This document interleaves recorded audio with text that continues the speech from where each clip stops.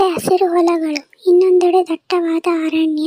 ಆ ಅರಣ್ಯ ಹತ್ತಿರದ ಒಂದು ಸುಂದರವಾದ ಹಳ್ಳಿಯಲ್ಲಿ ನಂದಿನಿ ಎಂಬ ಹುಡುಗಿ ತನ್ನ ಕುಟುಂಬದೊಂದಿಗೆ ವಾಸಿಸುತ್ತಿದ್ದಳು.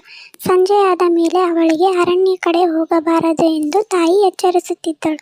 ಆದರೆ ನಂದಿನಿಗೆ ಹೊಸ ಸ್ಥಳಗಳನ್ನು ಅನ್ವೇಷಿಸುವ ಆಸೆ. ದಿನ ಸಂಜೆ ಅವಳ ಗೆಳೆಯರು ಮನೆಗೆ ಹೋಗಿಬಿಟ್ಟಾಗ ನಂದಿನಿ ಏಕಾಂಗಿಯಾಗಿ ಅರಣ್ಯ ಕಡೆ ಹೆಜ್ಜೆ ಇಟ್ಟಳು.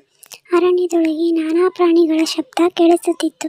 ಅದು ಅವಳಿಗೆ ಸ್ವಲ್ಪ ಭಯ ಹುಟ್ಟಿಸಿದರೂ ಅವಳ ನಡುಕವಿಲ್ಲದ ಹೆಜ್ಜೆಗಳು ಮುಂದುವರೆದವು.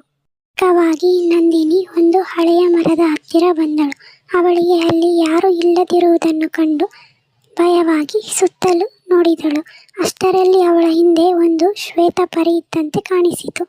ಅದೃಷ್ಟವಶಾತ್ ಅದು ಪ್ರೇತ. ಪ್ರೇತ ನಂದಿನಿಗೆ ಹೀಗೆ ಹೇಳಿತು: ಏಕೆ ಇಲ್ಲಿ ಬಂದೆ? ಈ ಸ್ಥಳ ತುಂಬಾ ಅಪಾಯಕಾರಿ. ನಾನು ಅರಣ್ಯದ ರಕ್ಷಕಿಯಾಗಿದ್ದೆ, ಆದರೆ ಜನರ ದುರಾಸೆಯಿಂದ ನಾನು ಪ್ರೇತವಾಗಿ ಬಿಟ್ಟೆ.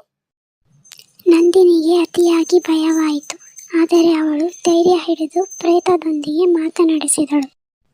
ಪ್ರೇತ ನಂದಿನಿಗೆ ತನ್ನ ದುರಂತ ಕಥೆಯನ್ನು ಹೇಳಿತು. ಅರಣ್ಯವನ್ನು ರಕ್ಷಿಸಲು ಪ್ರೇತವಾಗಿದ್ದು ಅದನ್ನು ನಾಶ ಮಾಡಲು ಬಂದ ಜನರನ್ನು ತಡೆದು ಪ್ರೇತ ಸ್ವತಃ ಶಾಪಿತವಾಯಿತು. ನಂದಿನಿ ಪ್ರೇತದ ದುರಂತ ಕಥೆಯನ್ನು ಕೇಳಿ ಕರುಣೆಗೆ ಒಳಗಾದಳು.